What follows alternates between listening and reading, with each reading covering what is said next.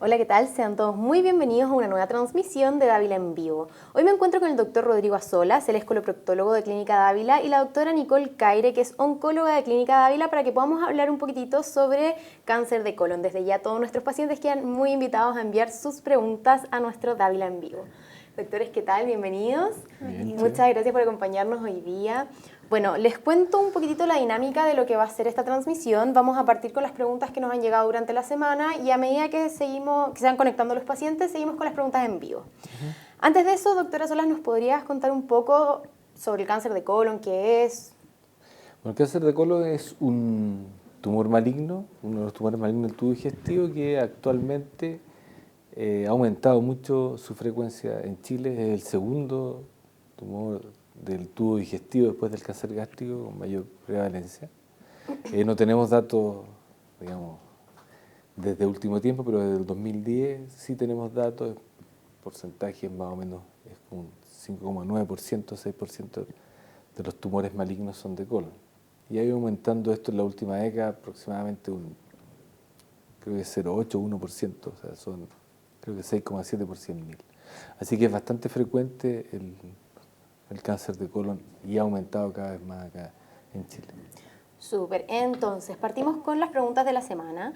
Isabel nos pregunta, dice, hola, quiero saber cómo se detecta un posible cáncer al colon. En general el cáncer es como algo que no da muchos síntomas, ¿o sí? ¿Este podría ser la excepción? Generalmente no. Sobre todo los tumores de tubo digestivo, no solamente el cáncer de colon. Cuando dan síntomas porque el tumor es más grande.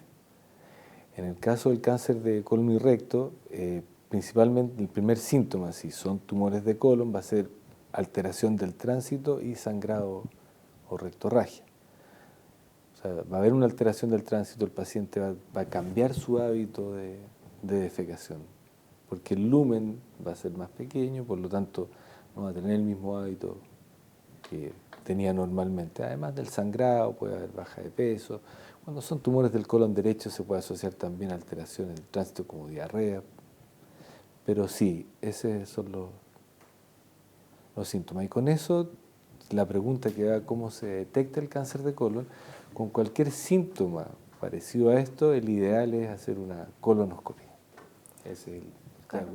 Lo primero es hacer una colonoscopia y ver si todos estos síntomas obedecen a un cáncer de colon o a otra patología que sea funcional, enfermedad inflamatoria, alguna cosa. Claro, de hecho, lo ideal es que ojalá el paciente se detecte antes de ser sintomático. Todos los pacientes mayores de 50 años deberían tener una colonoscopia al menos alguna vez en su vida, porque la gracia del cáncer de colon es que con el screening yo puedo evitar que el paciente haga finalmente un cáncer de colon, que se haga la colonoscopia, que se detecten los pólipos en estado de adenoma, que esos adenomas se resequen y que finalmente el paciente nunca se enferme. Eso sería lo ideal. Ahora la doctora dice los 50, nosotros sí, yo creo que nosotros aquí en Chile estamos en los 50, ahora la norma en Estado aumentó, llegó a partir desde los 45, pero Claro, son los mínimo, países sí. más industrializados donde hay mayor frecuencia de cáncer de colon, como en Estados Unidos. Pero O acá sea, yo creo... perdón, es poco frecuente que me dé un cáncer de colon más chico, entonces.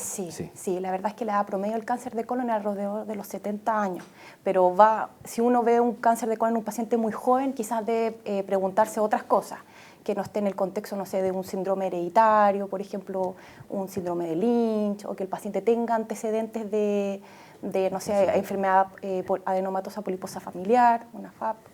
Ahí en el fondo uno tiene que cuestionarse por qué le dio, pero la gran mayoría de los cánceres de colon son en el adulto mayor y como la esperanza de vida al nacer de Chile está cada vez más prolongada, de hecho ahora estamos llegando a los 80 años, el cáncer de colon por eso ha aumentado tanto en el último tiempo. Perfecto, bueno, les cuento que ya se están conectando nuestros pacientes, así que vamos a ir matizando con las preguntas en vivo y las de la semana. Y en este momento, Lindsay nos está preguntando si es que puede pasar de un colon irritable a un cáncer de colon. Eso es algo que también se repitió mucho durante la semana. ¿Podría ser un factor de riesgo mi colon irritable? No, porque es una patología totalmente funcional. Lo que pasa es que los síntomas que presenta un paciente con colon irritable son similares a los síntomas que puede presentar un paciente con cáncer de colon. O sea, un paciente con colon irritable puede tener alteración del tránsito, con cambio en el hábito intestinal, dolor abdominal. También lo puede tener un paciente con cáncer de colon, pero de pasar de un colon irritable a un cáncer de colon, no. Ahora, si ese paciente tiene colon irritable y tiene pólipos, eso tampoco le va a dar que tenga un colon irritable, pero si son pólipos no se los ve, como acaba de decir la doctora, con una colonoscopia preventiva, lo más probable es que en 10 años, 8 años ese pólipo se pueda transformar en un tumor. Pero no se pasa del colon irritable al cáncer de colon. Perfecto. Bueno, Claudia nos preguntó durante la semana si es que las adherencias que se forman después de una operación de colon son peligrosas. Esto, bueno, ya lo hablábamos antes, pasa en la cirugía de cáncer de colon y pasa en otras también. En cualquier cirugía puede pasar y se pueden producir adherencias después de una operación, pero lo peligroso no es de que esas adherencias postquirúrgicas se transformen en algo malo. El problema es que esas adherencias pueden producir una obstrucción intestinal y ese es otro cuadro que se produce. La causa principal, una de las causas principales de consulta por obstrucción intestinal es por bría, que son las adherencias. Pero eso esas adherencias no se transforman. Perfecto. Bueno, en este momento Samantha nos quiere saber qué tanto influye un examen de sangre oculta en heces en el diagnóstico de cáncer de colon. Bueno, el sangre oculta en deposiciones, el guayaco que se llama, que también se ha ocupado como parte del screening de cáncer de colon, pero a diferencia de la colonoscopía, como habíamos comentado antes, la gracia es que la colonoscopía permite que disminuir la incidencia de cáncer de colon. Si ya voy a buscar un paciente que tiene sangre oculta en deposiciones positivas, ese paciente probablemente ya tenga algo en la colonoscopía, o un pólipo que está sangrando o directamente ya un cáncer. Ya, ahora ese no es tan específico, hay que ocupar la técnica que es como de sangre oculta inmunológica, ese sí tiene más rol y hay estudios que dicen de que en el fondo ha mejorado la sobrevida global de los pacientes por el hecho de detectar el cáncer a tiempo, así que sí es un método de screening válido, pero no creo que sea el ideal.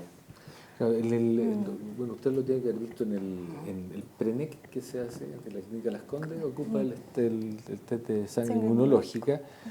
Pero los datos presentados por PRENEC, a pesar de que son ciertas, digamos, una patología, o sea, una población más o menos elegida, se ha ampliado un poco más en Chile, pero tampoco ha sido un método de screening que uno diga, efectivamente estoy, porque da, como decía la doctora, muchos falsos negativos, porque puede sangrar por tener una enfermedad hemorroidal.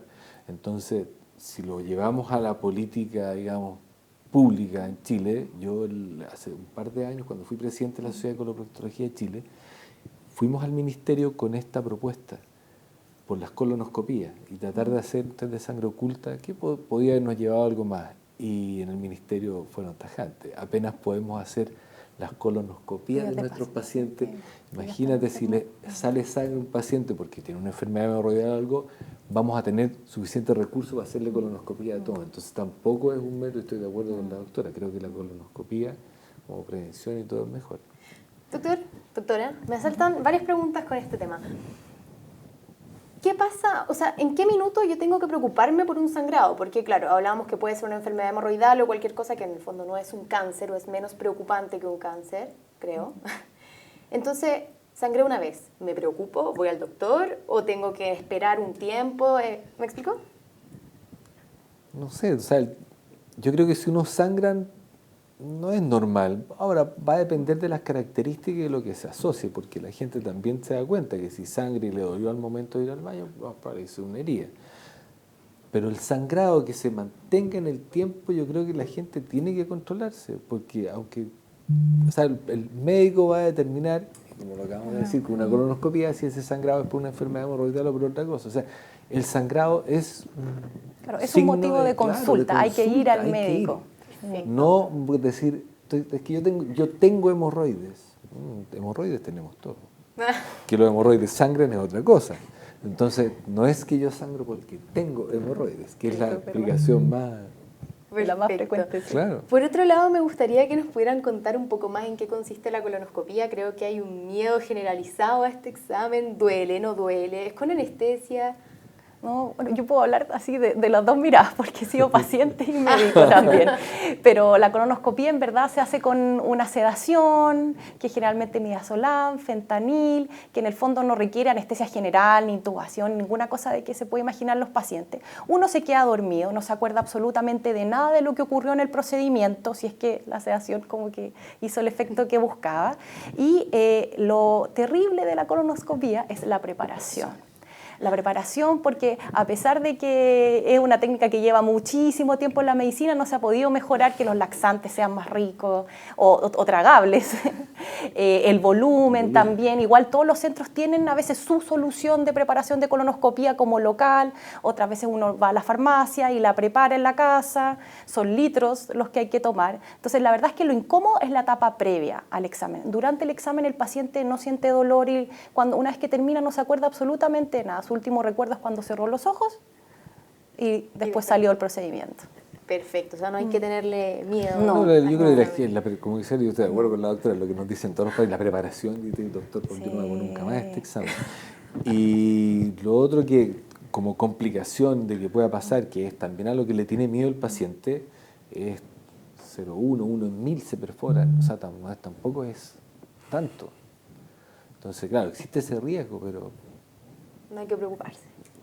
Bueno, seguimos con las preguntas en vivo. Bueno, Nachita nos está diciendo qué buen tema, sobre todo por lo que hablábamos antes, un cáncer bien importante, muy presente. Y Silvia quiere saber, bueno, también si la colitis ulcerosa se transforma en cáncer de colon, muy parecida a la pregunta anterior. ¿Qué pasa con las enfermedades inflamatorias? ¿Podrían tener alguna relación con el cáncer de colon? tiene. Ah, Efectivamente, empieza a aumentar la incidencia después de los 20 años, más o menos empieza a aumentar y aumenta mucho más la incidencia de que se vaya a producir un cáncer de colon. O sea, por eso los pacientes con colitis ulcerosa, Crohn, pero más la colitis ulcerosa se controla y tiene su colonoscopia porque sí es uno de los factores de riesgo. Y como explica el doctor, depende del tiempo de evolución de la enfermedad.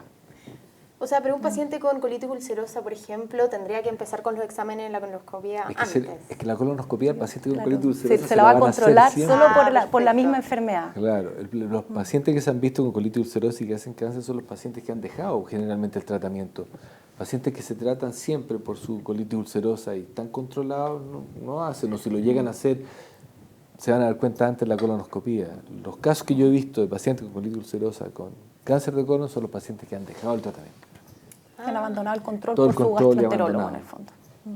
O sea, importante atenderse siempre. Bueno, Tami quiere retomar el tema del colon irritable, ya lo conversábamos antes, es muy recurrente esta pregunta. Dice, hola, tengo colon irritable desde los 15 años y tengo 35 años. ¿Tengo más riesgo de sufrir un cáncer de colon o similar? ¿Hay alguna forma de prevenir el cáncer? Yo creo que lo dijimos ya antes, lo dijo la doctora. Si tiene diagnóstico de colon irritable, porque el diagnóstico de colon irritable es un diagnóstico bien amplio.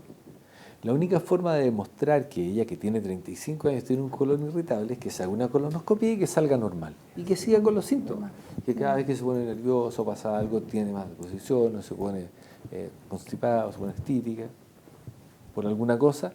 Y una colonoscopia normal, ahí ya decimos, no, esto es un colon irritable o una patología funcional del colon. Pero tiene que hacerse una colonoscopia, no es que ya lo dijimos, el colon irritable no va a ser de qué. Perfecto. Bueno, Elita nos cuenta que tiene dolores en el estómago y colitis bien seguido. La última vez con 3 días de fiebre, el escáner en urgencia no mostró nada extraño en el estómago y colon, pero aún así quiere saber si es posible un cáncer a futuro o necesita algún examen extra específico, colonoscopia, ¿no? Sí, pues, ¿qué edad tiene?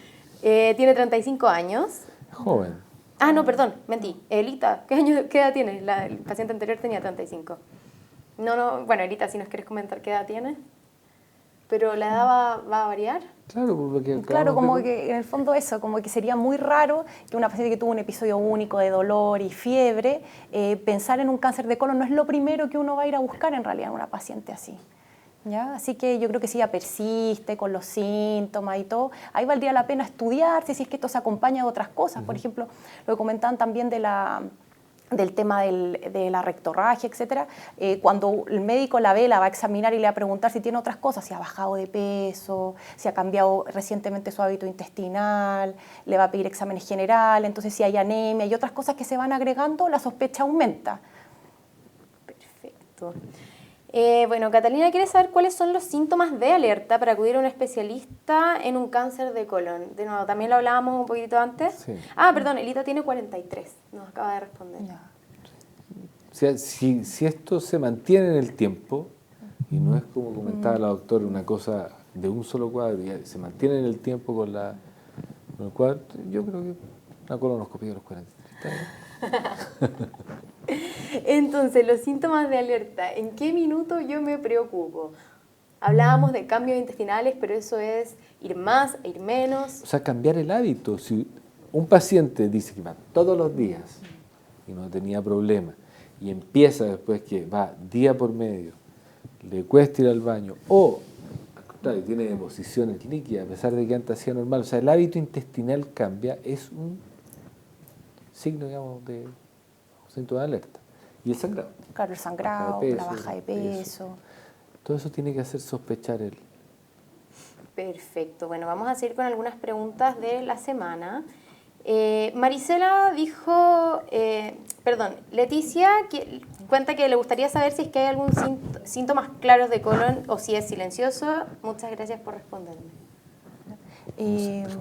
Bueno, en el fondo puede variar. Pueden llegar pacientes que en verdad no tuvieron ningún síntoma, de repente se encuentran por un hallazgo, anemia, por ejemplo, en exámenes que no tenían ningún otro motivo, y hay pacientes que llegan con los síntomas que habíamos mencionado con el doctor: el sangrado, la baja de peso, cambio en el hábito intestinal, dolor abdominal.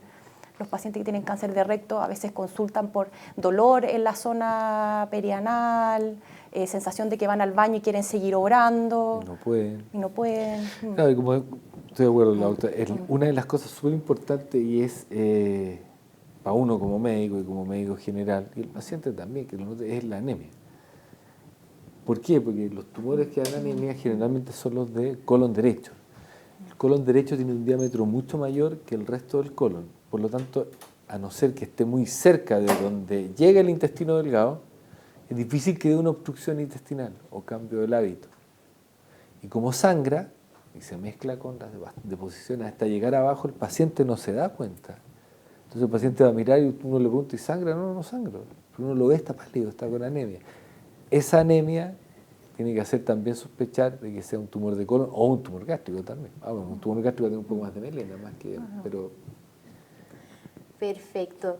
Bueno, Patti Paulina quiere saber si el cáncer de colon es hereditario, en qué porcentaje, y desde una abuela, ¿a qué generación podría llegar a ser hereditario? La verdad es que el cáncer de colon hereditario es hereditario en un porcentaje muy bajo de los pacientes, alrededor del 5%.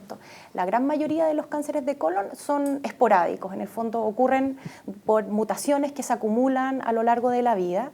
Tiene mucha relación con la edad, como lo habíamos comentado. Entonces, si yo tengo una abuelita que a los 70 y tantos años tuvo su cáncer de colon, eso es lo que es esperable para la evolución de la enfermedad. Entonces, no hay que hacer sospechar de que los hijos o los nietos de esa persona van a tener riesgo de tener cáncer de colon de manera significativa. ¿Y qué otros factores de riesgo podrían existir o causas de un cáncer de colon? La obesidad, el estilo de vida sedentario, en el fondo la alimentación baja en fibra, rica en proteínas y grasas de origen animal, ¿ya? La vida occidental. En los países industrializados es donde más existe cáncer de colon. Y en África es donde menos hay, excepto al sur de África, que está más desarrollado, Sudáfrica, pero en el centro no hay, es por la alimentación. Por la alimentación. De hecho, si uno toma Chile, Punta Arenas es el lugar donde más hay cáncer de colon. ¿Y qué pasa con los deportistas, por ejemplo, que comen como mucha proteína, muchas veces animal? ¿Se compensa con el ejercicio o no? ¿O también tendrían que tener más cuidado? Es que depende de la dieta, sí, habría que ver la dieta específica de un deportista de alto rendimiento, que la verdad es que puede tener proteínas de origen animal, pero no necesariamente grasa. Perfecto. Claro, entonces ahí habría que ver en detalle qué come esa persona, pero de todas maneras... Y depende de la forma como la coma, porque existe también dentro de esto la teoría de la alimentación es la carne asada, que en la parrilla, donde sea cae, el juguito cae a la brasa, sube el humo, son aminas aromáticas de esa manera también que se pegan en la carne, y esas aminas aromáticas podrían ser las que provocan alteración genética y se podría desarrollar un cáncer de colon. Wow. Pero Claro, en el fondo igual, si uno va como a revisar bien lo que realmente aporta, no es como para asustar a la gente que deje de comer carne, porque tampoco ser vegano está demostrado que te salve no del colon, sino que muchos cánceres que se asocian a eso, pero la verdad es que el riesgo relativo de cada uno de esos factores de riesgo es pequeño. Ya, perfecto. Entonces, por eso es una combinación de factores. Samantha dice, pregunto otra vez, tengo una calprotecnia en deposiciones de 170, ¿es algo malo? eso es lo que mide más, ¿cómo se llama? enfermedad Eso en inflamatoria. castellano simple que... Eso mide un poco más de la enfermedad inflamatoria intestinal. ¿Qué edad tiene? Porque eso sí. Samantha, si nos quieres contar tu edad, bienvenida. Porque no le pidieron ese examen porque sí. Es un examen bien específico. Claro, es como para, como para enfermedad inflamatoria intestinal, no es Claro. algo que uno pida buscando cáncer de Buscando colon de cáncer manera colon, dirigida. es bien específico. Ah. Así que en eso la podríamos ver, pero yo le recomiendo que vaya a un gastroenterólogo más para verse eso en profundidad. ¿Ya? Pero así como examen que uno pida para buscar cáncer de colon, no se solicita eso. Ah, perfecto. Bueno, seguimos con las preguntas en vivo. Karen nos cuenta que cuando se hincha, ¿por qué se palpa masita en el lado izquierdo superior del abdomen debajo de las costillas? ¿Qué será? Me hice una endoscopía y una eco. Esto parece que es más como para arriba, no está en el colon, ¿no? ¿Sí? Bueno, el ángulo esplénico está ahí, anatómicamente puede estar ahí debajo de la costilla. Es difícil palparse unas masitas. Pero bueno, habría que examinarle. Yo le recomiendo que consulte. Tiene una endoscopía que es normal, una ecografía, como cuenta ella, que es normal. Dependiendo de la edad, va a ver si vale la pena o no hacerle una colonoscopía o alguna otra imagen. Pero Le da un factor importante aquí. Sí, muy, muy importante. Doc, te cuento que están llegando algunos piropos. Bárbara dice, muchas felicitaciones al doctor Azolas, él operó a mi padre ya hace 4 meses y medio y gracias a Dios quedó muy bien y ahora está con su tratamiento de quimioterapia, sus exámenes le salen muy bien, le doy las gracias porque hizo un muy buen trabajo con mi padre. Bueno, Girón dice, hola, hay otro examen además de la colonoscopía, no pude hacerla porque el laxante lo vomité, no lo resistí, no sé qué hacer. ¿Habrá a lo mejor otra opción de laxante? La preparación, claro, eso habría que verlo, qué preparación se puede usar. Ahora, un examen que se puede hacer no colonoscopía, se puede hacer una colonoscopía virtual. ¿Cómo es eso? Es igual que un escáner, el paciente de la radio igual se tiene que preparar, si ese es el problema. Generalmente uno pide la colonoscopía virtual cuando el paciente no tolera el procedimiento. Ah, perfecto. Pero si él no toleró la preparación, tendría que buscar otra forma de Sí, prepararlo. otra forma. Algunos están ocupando el pico sulfato, que es más chico, viene una dosis más pequeña. La verdad es que todo esto, como la fosfosoda, produce alteración hidroelectrolítica, y es medio complicado si la gente es como mayor. Por eso se utiliza tanto el polietilenglicol, que son como 4 o 5 litros. Ese es como bien Pero desagradable, yo creo que pero- la respuesta a él sería tratar de, porque el problema de él fue que no se pudo preparar bien, no que no haya tolerado el procedimiento. Entonces, cualquier otro procedimiento que se quiera hacer, sea un enema varitado, que ya no se ocupa mucho, o una colonoscopía virtual, igual va a requerir preparación. Entonces, Y la lata es que si encuentran algo, no lo Va van a a que poder ser, biopsiar, claro, va a terminar en una colonoscopia. O sea, como... Eso. Perfecto. Bueno, Karen, quien se palpó las masitas, nos cuenta que tiene 38 años. Debiera entonces igual ir al gastroenterólogo. Un gastroenterólogo, de sí. todas maneras. Perfecto. Jessica cuenta que tiene 42 años y siempre le han dicho que tiene colon irritable, se ha hecho una abdominal y el lunes se va a hacer una endoscopía, ha sufrido dolores de estómago, como se dice en la boca, el estómago y espalda. Hace varias semanas no ha tenido, pero sí le duele el lado derecho o izquierdo. ¿Esto podría ser síntoma de cáncer? No. Que no se preocupe. O sea, tiene que consultar en el fondo. Claro, porque hay muchas cosas que pueden producir distensión abdominal y dolor, no sé, enfermedad celíaca, intolerancia a la lactosa. Hay millones de cosas que le pueden, sobrecrecimiento bacteriano, hay millones de diagnósticos que eso los maneja más el gastroenterólogo y que de repente ameritan estudiarse antes de poner el timbre de colon irritable, en verdad. Exacto. O sea, es fácil colocar colon irritable. No es, y es un diagnóstico bien así como... Pero yo creo que hay que estudiarlo, como dice la doctora. Claro, o sea, igual el colon irritable finalmente tiene sus criterios clínicos y todo, pero siempre se busca otras cosas antes de llegar a eso. Perfecto. Catalina quiere ahondar un poco en los tratamientos que existen actualmente para el cáncer de colon y qué expectativas tiene la recuperación. O sea, el tratamiento del cáncer de colon es quirúrgico. Siempre y cuando uno por eso era lo que hablábamos antes, que lo encuentren en una etapa que sea operable. ¿Qué sería una etapa operable? ¿1 y 2? 1, 2 y 3. Sí, 1, 2 y 3. Sí. Si la cosa es que no tenga enfermedad a distancia. Claro, o sea, igual el cáncer de colon ha avanzado muchísimo en el último tiempo. Ya, en general, la gran mayoría de los pacientes debutan en una etapa localizada o localmente avanzada.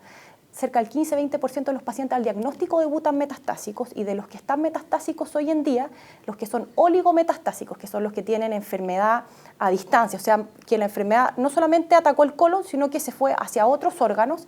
Si es en un solo órgano y de un volumen limitado y puede ser operable, ese paciente puede tener una chance curativa. O sea, en el fondo, el único tratamiento curativo del cáncer de colon es la cirugía.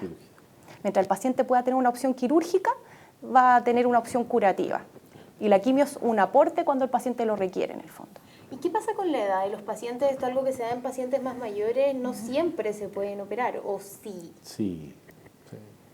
No es problema. O sea, nosotros antes, pero pongamos en la época, ahora actualmente los pacientes nuestros y que consideramos operamos de cáncer de colon jóvenes son de los 70 años, 75 años, si no existe mucho, ha avanzado harto la anestesia, a no ser que sea una cirugía de urgencia, si es una cirugía electiva, se pueden tomar todas las precauciones antes de operarlo, salir un intermedio. Perfecto, o sea, no debería ser un problema. O sea, yo creo, bueno, algunos pacientes puede ser un problema. El mayor problema es cuando son de urgencia. Yo creo que eso es, ahí llegan pacientes más avanzados. Urgencia es que esté obstruido. Hablamos al principio de que uno de los síntomas era la alteración del tránsito. Generalmente que tenga deposiciones, que cambie el diámetro de la deposición o que tenga diarrea porque no logra pasar la deposición a través del tumor. Y debutan de urgencia cuando se obstruyen.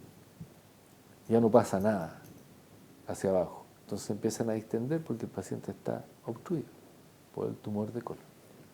Entonces esos pacientes, y pacientes jóvenes también que lleguen de urgencia a operarlos, tienen más riesgo. Eso sí tienen más riesgo porque es una cirugía de urgencia. Ahí uno no alcanza a operarlo, lo tienen que operar. Sí, no queda otra. Perfecto. Bueno, les cuento que Sandra nos dice, excelente charla, tendré que hacerme la colonoscopia para descartar cualquier duda, muchas gracias. Tenemos nuestra primera convencida.